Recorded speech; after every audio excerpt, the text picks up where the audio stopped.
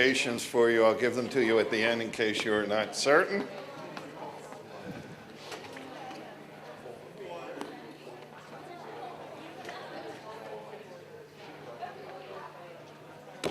One of you open in prayer and we'll get started.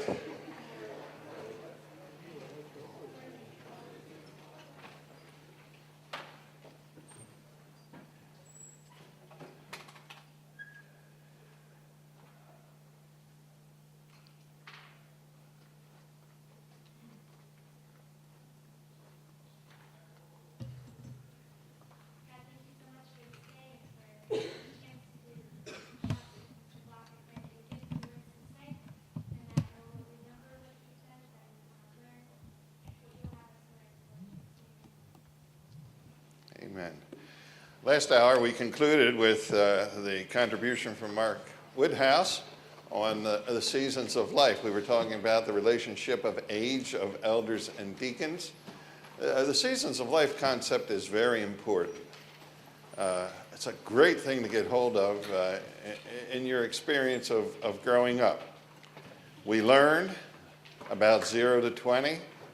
We do 20 to 40, we lead. 40 to 60, 60 on, we model or advise, that kind of thing. It's important to know that. Now, we at the college get you just at the juncture of two of those periods. You've learned how to scrub your teeth, how to tie your shoes, how to walk, all those good things of basic life. At this point in time, who you are is your parents' child. You haven't really started to build your own reputation. From about 0 to 20, if people observe you, they say, what's wrong with those parents? It's the truth. You're riding on your parents' coattails. From now on, you're on your own in that way. You're building your reputation. You're building your own personal reputation right now. Now, you've inherited a lot from your parents, to be sure. Now, you can't overestimate what that is. It's amazing, really. But now you're on your own, and you're building your own reputation. You've done it at school already. You come here, nobody knows your parents, basically, but they all know you. And they judge you on what you do individually. You put it into practice. Now you're doing what you have learned to do, what you at least have chosen to do. And you're building your own reputation. And it's in the 20, as Mark mentioned yesterday, in the 20 to 40s, you have all this energy. You can get all excited about doing things. You can get involved in all sorts of service at church or in the community. It's when you get married, you're making all these big choices of life. That's why it's so exciting to teach people your age. You'll make decisions during this period of time that will be the rest of your life decisions. A big one, education. Big one, marriage. A big one, career. They're all in this period of time. And that's exciting. This is going to guide you forever in your human experience. And it's when you're going to be doing. A lot of energy. 20 to 40. By the time you get into the 40 era, you have established who you are. You have your reputation. People will have an accurate evaluation of who you are as they observe you during that period of time.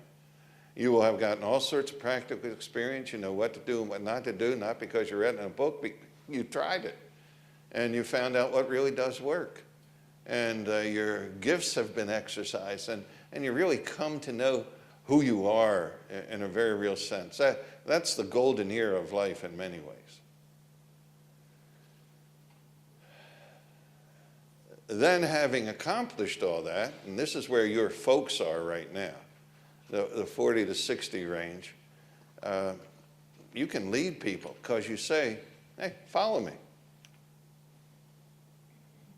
It worked. It worked. It's an important concept. It's not just, I read this someplace, or I've done it. It's worked. And that's an important thing to be able to do, to be able to be a leader.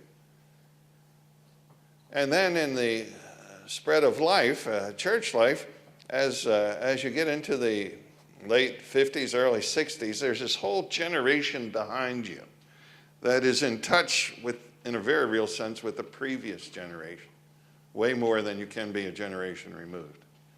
And it's time to move on. Get out of the way. Let the 40 to 60 people who are behind the 60 to 80 people be the leadership in the church. It's a mistake that elders make all the time. They stay on until they die. And that's altogether possible to do. But frequently it's not a good idea. And it does get a bottleneck at the top. If the 40 to 60 people, 60 to 80 people don't move on, the people coming up at 40 to 50 and now into that area, they have no place to go, and it becomes very frustrating. And that's a smart thing to do. Do you all get the flow of this seasons of life? Now, as Mark said yesterday, it's not exact. Somebody at 16 may be really 25 in the way they function.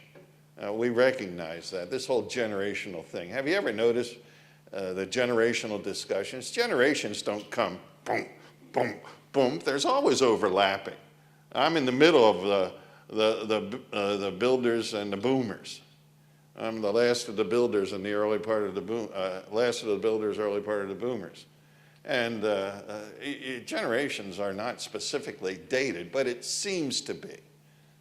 You guys are generation what, next? I think that's what they call you. So there is this generational thing that's very important. That can be frustrating. It can be frustrating, especially in the last 3 or 4 generations where you have been taught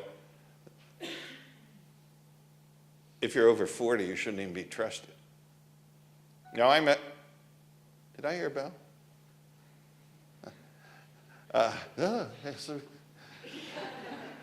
I was, about 20 years ago, that became a popular statement. Don't trust anybody over 40, the 20-year-olds were saying. Now, there's a problem there.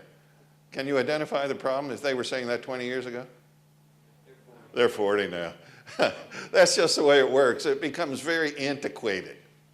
But you have grown up in an era where your opinion's as good as anybody. You're taught that. All your opinion's as good as your parents, as good as your bosses, good as the governments, good as, you know, hey, this is democracy. I know as much as you know. Wrong. And we all know that's wrong.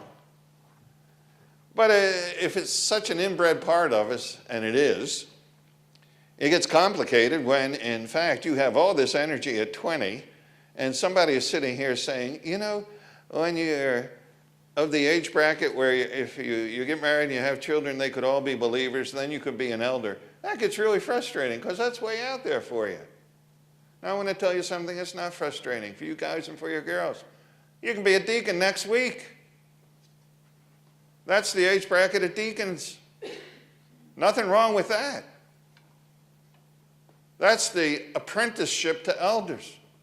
And if any of you should be involved in wanting to have some responsibility and direction in church life, your exercise right now, governmentally, should be, it would be wonderful when I graduate from a Mass to go back to my home assembly or to another church and get involved so much that they might say, would you like to serve as a deacon? You can say in all honesty and biblical qualification, yes, I'd love to do that.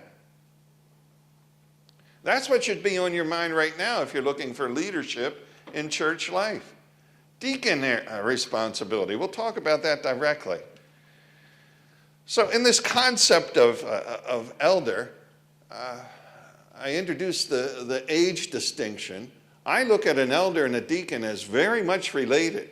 The deacon is a junior elder. The only qualification of any consequence that's different for the deacon is that one of having believing children. And that gives us the age hint. So when I look at, and we will shortly look at all of these qualifications, I'll just put them together because they're very much the same. If I look at this set of qualifications and then that's under elder, and I look at qualifications under deacon and they're virtually the same, I make a conclusion based on that.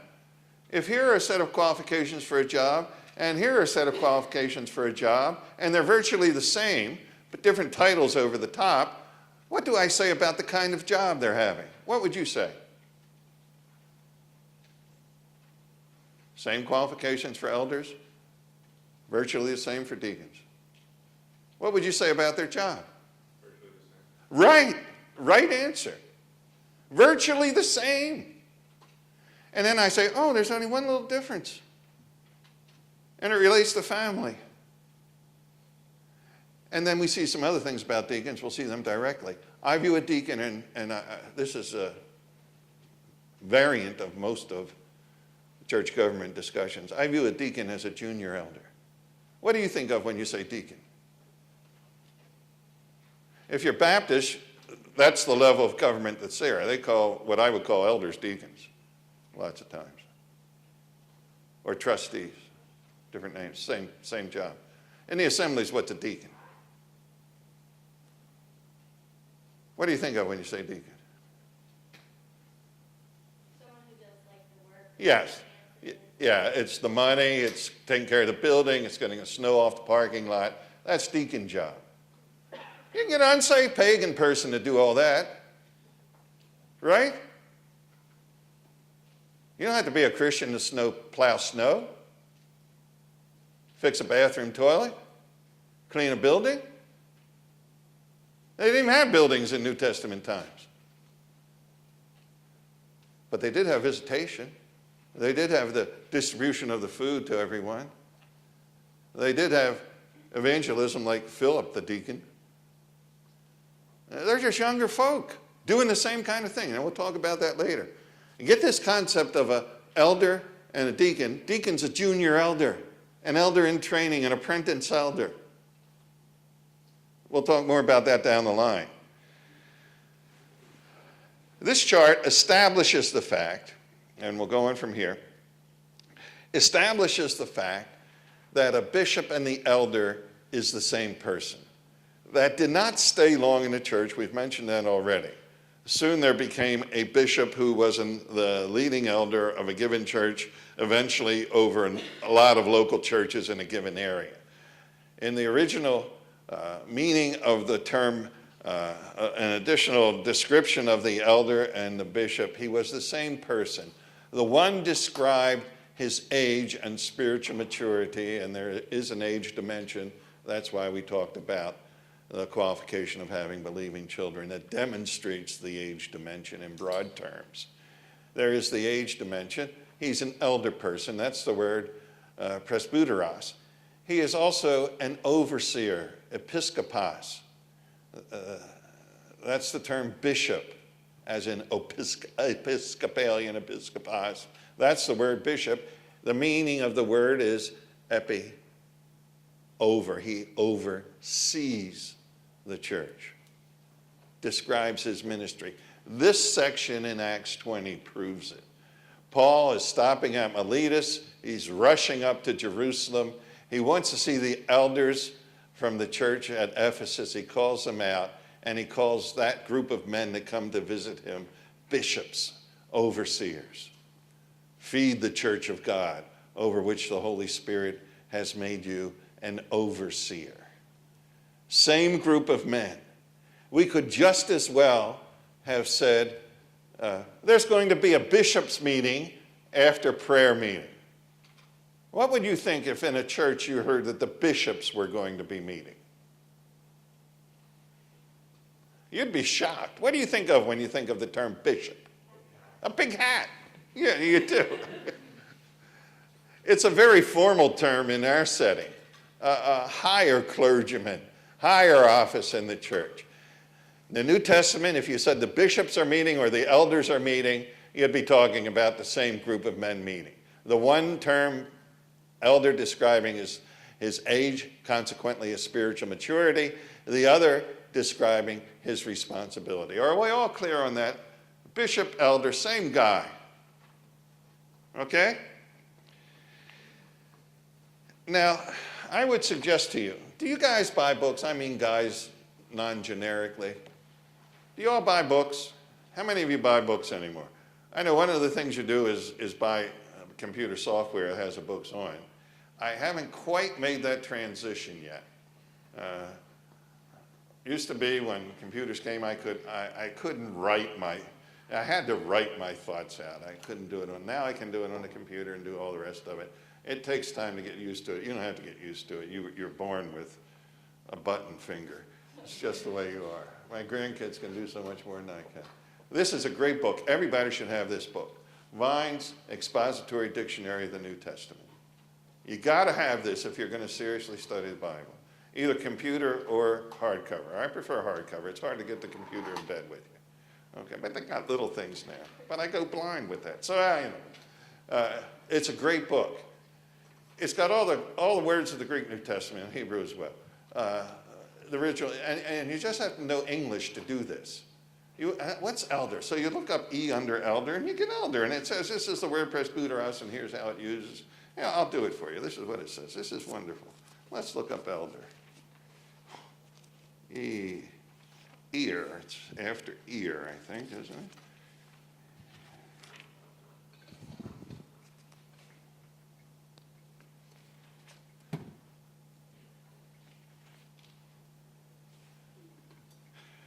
Elder, here it is, elder, elders. Presbyteros, an adjective, the comparative degree, old man or elder. Of the church it is used, and it goes on to say a lot of the same kind of stuff I did. Now let's look up bishop, okay? Well, I see this word bishop all the time too. What's that all about? Is there a difference? And I'll look up bishop. You just got to know English to do this, and then it gives you the Greek right away. It's so helpful. V-I-S must be on this page. Bishop, episkopos, that is overseer. Precisely the same meaning as note, presbyteros, an elder, is another term used for the same person as bishop or overseer. See Acts 20, 17, 28. Isn't that wonderful? And you can get all that right out of a simple book like that, and then it goes on to describe the responsibilities. It gives you every reference where the thing shows up. You can do everything yourself that we're really doing in class. In fact, some people say that's what education is. I should dismiss this class, send you to the library, say, get this book, look up all the references, and make conclusions over it. Could do that. It's a good book to have, and it will help you understand these distinctions, which I have communicated to you. Now, the word deacon is a very interesting word. Let's go in one. You have elders and deacons over the congregation. The word deacon is a very interesting one. It means servant. And there's another Greek word that means servant as well. Do any of you, baby Greek, any of you know the word for servant? Quickly. Doulos, right.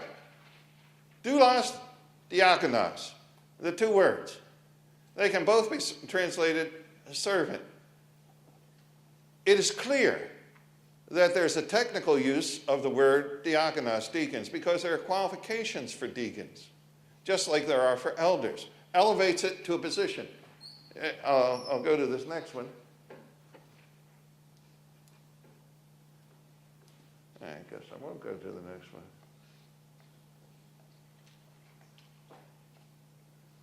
Okay. You'll have to take this for granted now.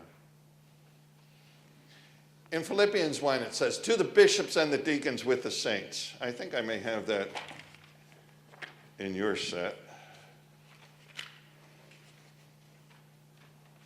Yeah, I do. On the government of the local church. Oh, it's right at the bottom of this one. I should read. See it? To all the saints in Christ Jesus with the bishops and the deacons. There it's elevated. There it's the qualification of deacons. In the Philippians 1 statement, you have the whole development of government in a local church. To the bishops or elders and the deacons, there's your governmental side, with the saints.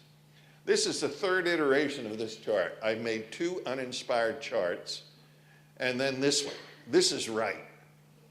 I learned it from experience. I used to have it this way. Here are the elders, just like in Philippians. Here are the elders, line. Here are the deacons, line. Here's the congregation. Then I moved deacons up to the staff level in an organizational chart, where the deacons serve the elders as a board of deacons. Then I did this one that says elders, related on the staff relationship to deacons individually. There's a huge difference. The deacons are not an intermediate level of church government. There is no place in all the epistles where the deacons meet as a board, as a group. There is no place in all of the new epistles where the deacons are responsible for the finance of the church. When the collection of the saints was made to take up to Jerusalem, Paul encouraged the folks to do that. They took it up by faithful men to the elders to be administered in a local church. Deacons relate to the elders individually as junior elders. Varying assignments. They are elders in training, not as a group, but as individuals. They will succeed not as a group, but as individuals. They will qualify to be elders. They will gain to themselves a good reward individually, not as a group. It becomes a very difficult situation when you're dealing with a board of elders, a group of elders, and there is time to say, some of these elders should now, some of these deacons, I should say, should now be elders. You can't bring a whole group on at once because people do not meet qualifications all at once. They meet them individually. A deacon will say, here's one of the things we have historically assigned to deacons. Periodically, you'll get a call at the chapel, or somebody will have the program where the elders are listed and give them a call as they're going through town. I'm going through town and I'm out of money. What are you going to do to somebody who makes a call like that to the local church? What would you do? Would you say, sorry, Charlie, we don't give out money like that? Is that what you'd do? That's one option. What would you do? What would you do? Ask what their need was. I'm sorry? Ask what their need was. Yeah, what is your need particularly? I don't have enough money. I don't have any place to stay. I need a good meal. What do you do now? Invite them home. That's an option. Our choice was put a deacon on it. Have the deacon go visit the guy, wherever he is. Is that a good thing? If the guy needs a meal, buy him a meal. If he needs a place to stay, take him to a motel.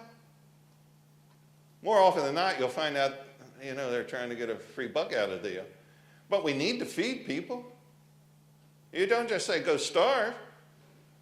And a deacon, make a phone call, he goes, meets a guy. You can make a few phone calls because you have a few deacons if you need to. Goes, meets a guy wherever he is, takes him to a meal, has an opportunity for witness. If he needs to be put up, you put him up some way. Maybe take him home. If you think the guy's just pulling your leg, take him to a motel. That's okay. We can get snookered that way, but a Christian should get snookered. We don't have to figure everything out. The Lord will take care of it. If we get snookered, that's okay. God will re-snooker us. Okay. You don't have to worry about it. Do the right thing. My wife always said that to the kids and to me as well. Do the right thing. And you do the right thing. But, that's experience. The reason that's good training is a deacon will go and experience going through that whole process of knowing what to do. Somebody's in the hospital, not real sick, but they're there. Well, you call a deacon up and say, hey, could you run over right now because elders can't do everything. You know that. Do you know that elders can't do everything? That's why they have servants called deacons. And you can call up a deacon and say, this person, they just dropped somebody off at the hospital and they need some help. Can you go over and do that? Yeah, then they get all that kind of experience. Or you might want to say to the deacons, we need to be working on some of the curriculum of the church. Can you do that? And you make these individual assignments from elder to deacon where they get exposed to all of church life. And you see with what enthusiasm they do it, how well they do it, the responsibility, all that kind of stuff, individually. This is a great chart. This represents many tears, I want to tell you. Because I've related that way And I have related board-wise, and if you have two boards, you have competition. It's that simple. And we don't have competition in the church. We're not fighting one another. Another important element is to make sure the elders are responsible for the finances of the church. There is a saying, he who controls the purse controls everything. And in our world, there's a lot of truth to that. Okay? Any questions on that? This is a structural thing. Yes? Do you think all deacons are elderly? Or are some? I think that's the field. I don't think all of them will go that way. When we look at qualification of elders, it says, if any man desire the work of a bishop, he desires a good work. There are some people who can't stand it. Drives them nuts. And that's an interesting point you raise. I on one occasion, doing an ecclesiology study at a set of churches in a given city. That was kind of vague, wasn't it? Meant to be. One of the things I did in one of the periods was go over the personality differences. I had a friend there who was excellent at that, and we did a combined 4-personality deal. One of the elders came up to me, an elder who recognized he was a golden retriever. Do you know the golden retriever personality? Wants to get along with everybody, wants everybody happy, just a joyful person. My neighbor has a golden retriever. She's had 3 or 4 of them, and she says the golden retriever's whole purpose in life is to lick everybody in the world. I'm so happy, you know. Well, it's a great choice of a personality type. The friendly, take care of everybody, make everybody welcome person. He said, that's who I am. And more often than not, there's a lot of discussion, differences of opinion in elders' meetings, sometimes strong differences of opinion as you hammer through certain things. I remember some discipline and divorce issues that we worked through when I was an elder, and it is so hard. At the end of the time, one of the elders said, this was hard, but it was good because we learned how to interrelate. Some people can't stand that tension. And they'd rather just be a support person in the church, making everybody happy instead of having to get involved. And if you're that way, and this is more than I can handle, I'm not equipped for this, it's no sin not to be. You desire the work. And if you don't desire it, don't do it. It's that simple. Any other questions over this? Yes? Do you see pastoral care as primarily the responsibility of the elders that you then share with the deacons on specific occasions for their training? That's a very good question. It needs to be shared. I view pastoral care as much broader than government. This is a good question. There's a difference between church government and gift. Everybody is gifted. Everybody is gifted. You can have the gift of pastoring without being an elder. We have a great illustration of that in our assembly. Mr. Lange was, for a number of years, one of the elders, and when he went on partial retirement from the school, he also decided to retire from being an elder. He still does pastoral care. He's one of the best in our assembly at doing pastoral care. He's not an elder. Pastoring is a gift. Shepherding may be more of the office. But to some, he gave apostles and prophets and pastors and teachers. Anybody can have the gift of teaching. That's not just connected to the elders. So, Rob, you have to make that distinction to start with. You can do pastoral care in the dormitory. Those of you who are RAs, how many RAs here? That's pastoral care. And you do it best if you have that gift. I expect that's one of the things that John looks at. Do these people care for one another? Are they interested in other people's lives? That's caring for them. That's the same kind of thing as exhortation or helps. So make that distinction. This is government. You desire it. You have a set of skills and personality and all of it that says, I want to do it. Technically, I think it's up to the elders to see that it gets done properly. Make sure it's happening. Feed the flock. Protect the flock. That will vary from one person to another as to what is needed. Does that help? Okay. So, other questions over this whole concept? Yes? A deacon who, has been a deacon for a while and then has children grow up and they're unsaved. Is it beneficial to keep him as a deacon? Because it's a whole process to bring him up to eldership? Yeah, that's a good question. Does it get stuck? Now, that won't happen most of the time. Again, how many of you come from come from families where all the children are believers? Let's see your hands. See, that won't happen much. We'll have a lot to say when we talk about this specifically. God loves families. So hypothetically, I'd handle it as an exception, and you handle exceptions like that. If a guy wants to stay on as a deacon, fine. If in fact we feel like we should bring him up as an elder, the elders do, bring him up. You work with the best you have. If he's got 25 kids and one of them is a bummer, bring him on anyhow. Work with the best you have. As I've given you that rule, and you caught that, Mr. Daughters was an elder before all his kids were saved. My son's an elder before all his kids are saved. I wasn't an elder before all my kids were saved. Just by the mix of how it all happened. If we'd have to start our school right now, our church right now, because all the rest of the population was blown up in the world, we'd work with the best we have. You don't say, sorry, we can't meet as church anymore. Huh. So you work, and that's what I would do in a deal like that. You make great, and you say, hey, this is good. And someplace along the line, you have 4 kids. Well, take my wife. She was the 11th of 8. There was 11 years between 8 children. She was the last one. Well, if her father would have been an elder, he wasn't even saved, but he would have been an elder, when Melzy came along, would he have to turn in his badge? I don't think so. You work with life as it really is. And you make all sorts of exceptions. The exceptions prove the rule. You go for the ideal, it'll never be there. You work with the best you have. So that's how I'd handle that. If he's been a good deacon and there's one kid that's a recalcitrant rebel, bring him on. It's okay. Other questions? Yes, ma'am. Does that work the same for elders then? I think so.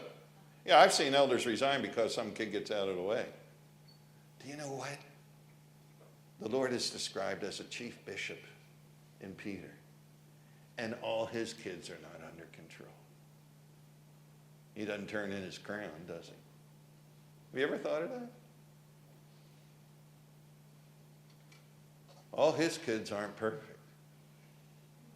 He's still in charge. Understand how I say his kids, okay?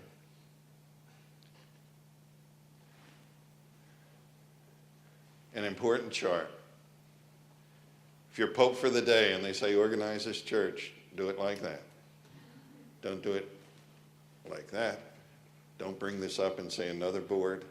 That doesn't work. Boards are competitive. Individually servants, growing individually, evaluated individually, onto the eldership individually, okay? The deacon, the difference between the term deacon and servant, doulos, describes your character. The term deacon describes the job you have assigned to you. One is character-oriented, the other is job-oriented. Here's the statement. Diakonos, generally speaking, is distinguished from doulos, a bondservant. Diakonos views a servant in relationship to his work. Doulos views him in relationship to his master. That's a neat distinction. Built into the word, this is my work. Elder says, deacon, here is your work. And that's assigned individually. Now, again, I say to you guys, you graduate from school, you have all that you need to be a deacon. Now, the way you get into that is when they say, we need to move the tables around. We need to move the tables around. Go move them. We need some Sunday school teachers. Go teach. We need somebody in relationship to youth work. Do you know what the elders will do? I've done this. Elders have done this. We watch what happens on a voluntary level. And you see people get involved. And you say, oh, look at that. Every time you turn around, that person's involved. That's a measure of commitment. That's the first level. We'll see that when we look at deacons particularly. Now, as we look at the qualifications of elders and deacons, I put them all together. There are these 4 general areas. You cannot read that. You can read it on your handout that I've given you. And look at the 4 different categories of qualification. Most of them are personal qualifications. Did you hear that? Most of them are personal qualifications. The next list is a list of family qualifications. Then secular qualifications, and then church qualifications. Boy, there are a lot of qualifications. Take out your chart that has the qualifications. Oops, it looks like this. And this is the way we'll look at these qualifications. I'm not going to take them as I have organized them. I'm going to take them as they show up on your chart. This chart. This is in the order that it occurs in the text of 1 Timothy 3 and Titus 1. You put them together and look at it. I mean, there are a ton of qualifications. 30 different qualifications. I'm sorry I have stapled it on the wrong part of the page.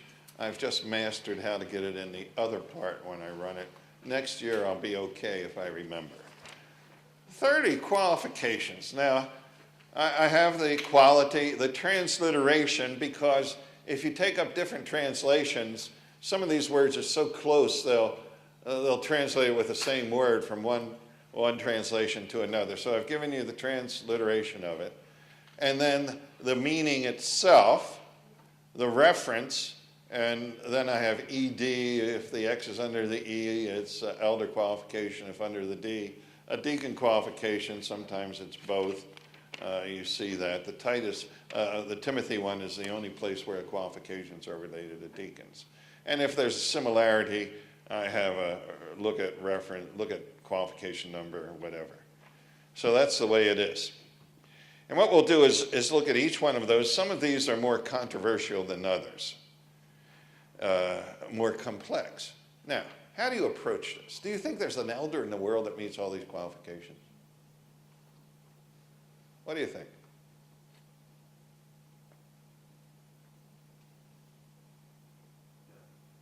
There's a no. How many say no? Nobody's like this. How many have no opinion? How many say yes? How can you say yes? Now, Gene Getz, a good author, Dallas graduate and teacher, hence a good author. One of the evaluations in our NCA study was that there are an awful lot of Dallas men here. I say, good. Good. Gene Getz wrote a book called The Measure of the Man, and he makes this statement in it, that these are qualifications you'd expect any spiritually minded adult male to have. It's what we all strive for. Now, there are certain ones that we may not strive for. This is a married person, and we understand it's just as godly to be unmarried as it is married. Maybe a little more godly to be unmarried, actually. But these are qualifications. Who shouldn't be not given to fighting? Who shouldn't be uncontrolled? These are qualifications that everybody should have. Blameless, sober, sound-minded, orderly, hospitable, able to teach, not dominated by drinking, not a fighter, gentle. Which of these is okay to miss for any of us? And what he says is this just a standard of what a spiritually mature man, woman would be like, adjusting for gender, obviously. Do any of you know men that meet all these qualifications, present company accepted? Any of you know people that have all these I know a number of elders who have all these qualifications. I think it's altogether possible. Now look, there are some that says blameless. If you make that as an absolute, nobody could meet that qualification. It's as a pattern of life. We are all to blame for something from one time to another.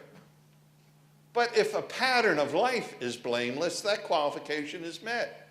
I would say you meet that qualification largely. I follow you around as opposed to somebody from one of the other universities. I say, whoa, are you guys holy? Wouldn't I say that?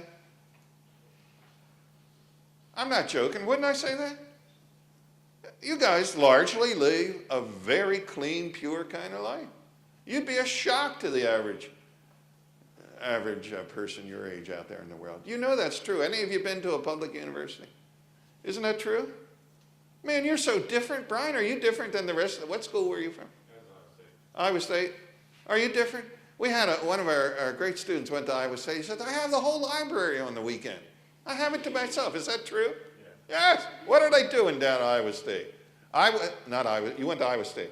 Yeah. University of Iowa, this was. University of Iowa was the hardest drinking university in the Big Ten. You got the library to yourself on weekends. Massive library.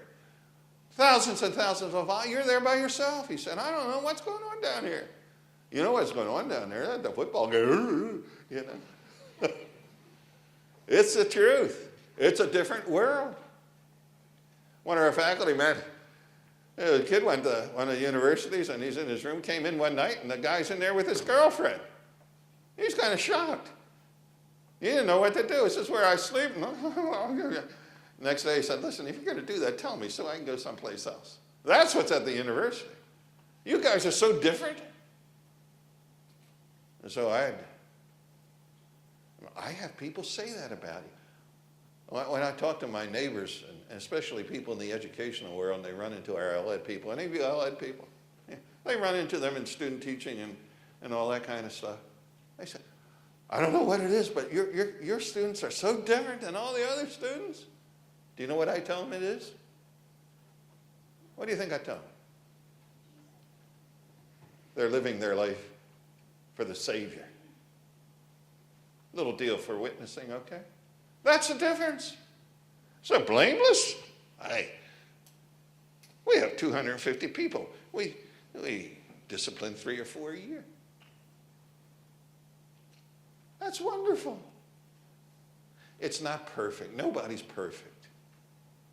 Nobody is perfect. But largely, that's your life. You're mostly there. So that's not a hard one. Not open to censure. Follow me around. Invite people to follow you around. And even when you sin, you do something that other people don't do when you sin. You confess your sin to the Lord and say, I'm sorry, I purpose not to do that anymore. That's a little different. Even when we fail differently. Not open to blame. Husband of one wife. This is a tough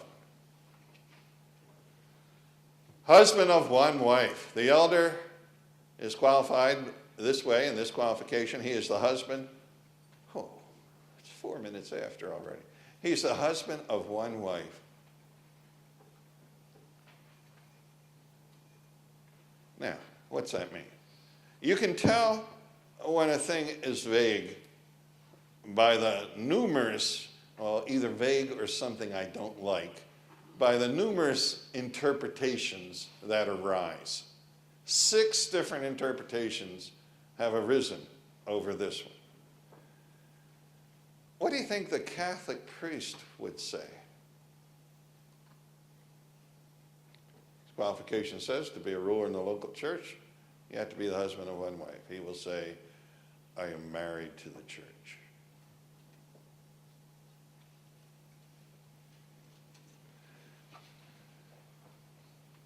Some will say this takes care of polygamy.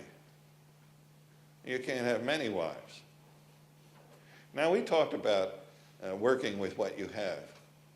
Have you ever heard of this problem where they go into more primitive culture and polygamy is the practice and people get saved, and there's a guy that gets saved and he's got a half dozen wives?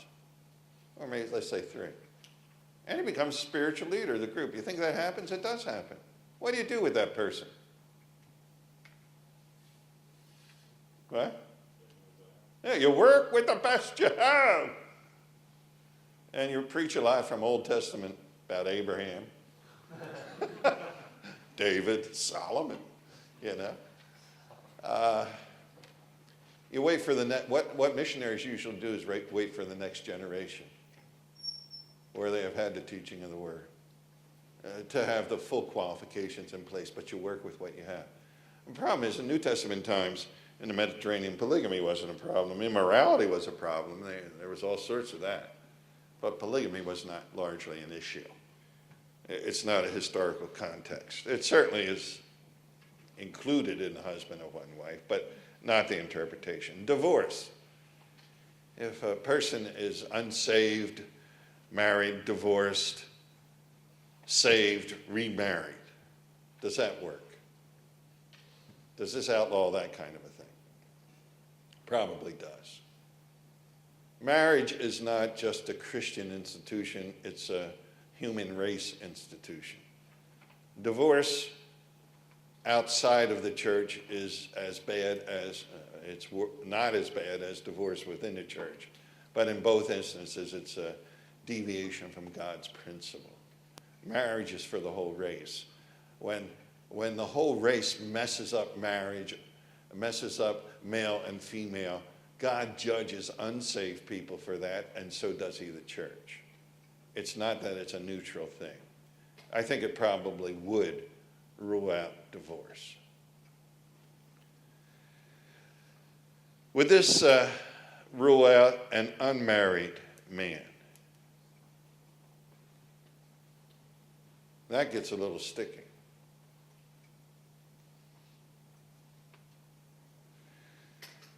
Would this rule out a remarried man?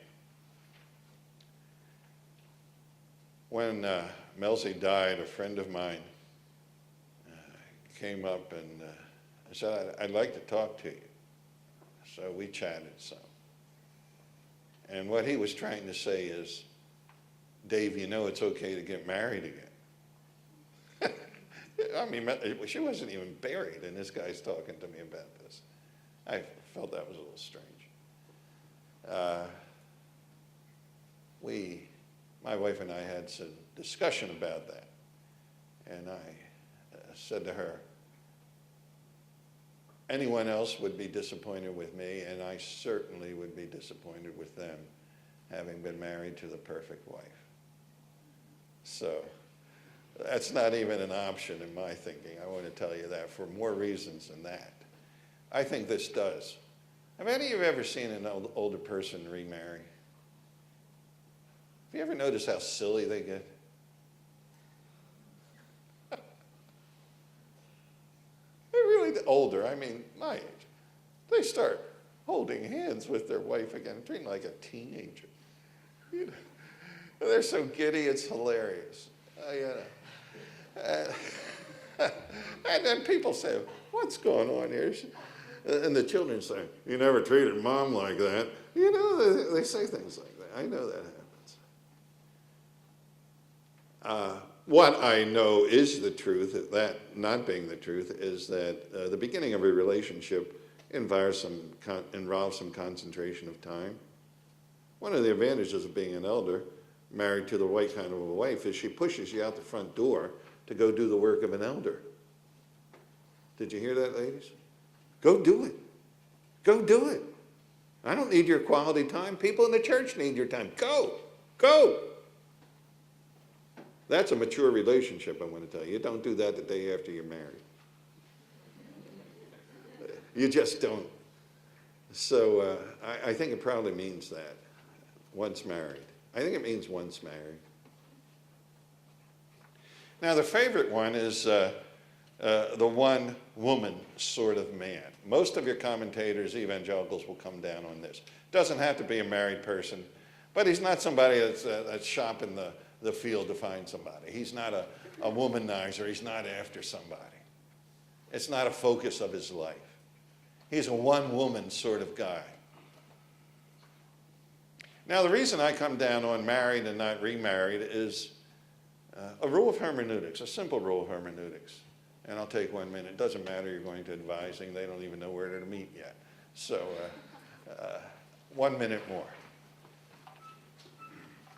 If you turn your page in the New Testament, in the book of Timothy, where this qualification is mentioned, the husband of one wife, you turn the page in chapter 5, you have the qualifications of a widow who is to be supported by the local church.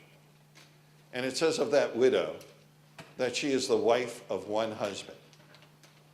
The exact same grammar structure. Husband of one wife, wife of one husband. Here I know why.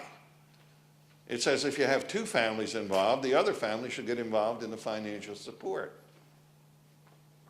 That makes sense. Instead of just one family, you have two families now to take care of the widow. But if in fact it's a widow who is a husband, wife of one husband, her husband by definition, if she's a widow, having died,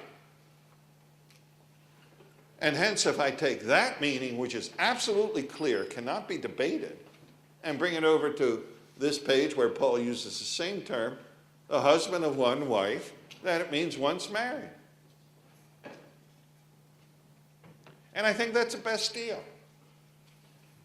Because that is what is going, I don't know what to say here. I don't want to say normal or usual, because that's an insult to people who don't get married. But the pattern of life is that most people do get married. If that doesn't happen, we don't have life. You understand that? Paul will say, if you can't make it work in a family, how can you in the local church? If you can't raise your kids to see the benefit of a Christian perspective of life, how can you do that in a local church? So the person who can be the best qualified elder is one who is married, and as we will see later, has all the children saved. And they come up, somebody come and say, how can we do this? Well, here's how you can do this. This worked with me.